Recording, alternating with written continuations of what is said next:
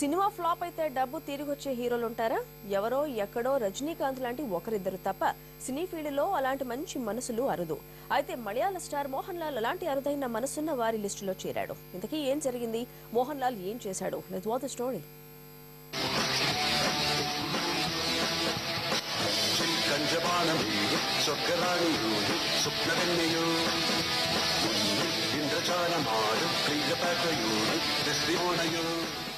Kerala national games ప్రారంభోత్సవం వేళ తన లాలిసోం బ్యాండ్ తో ప్రోగ్రాం నిర్వహించాడు super star Mohan Lal.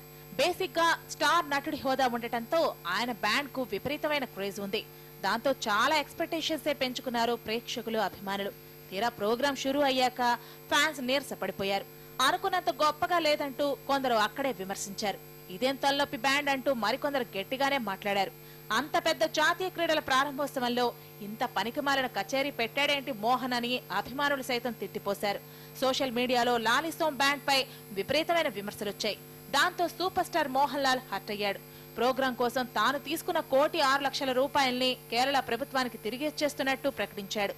Mohan Lal ప్రకటనపై Kerala CM women Chandy స్పందించారు.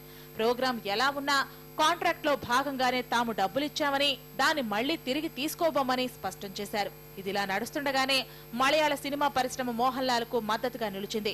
ఆయన తీసుకున్న నిర్ణయాన్ని సూపర్ స్టార్ మమ్ముటి గట్టిగా అభినందించాడు.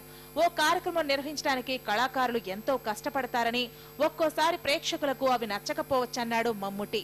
మోహన్ లాల్ లాంటి హీరో మనకు గర్వకారణమని ఆయన్ను పొగడతలతో ముంచెత్తారు.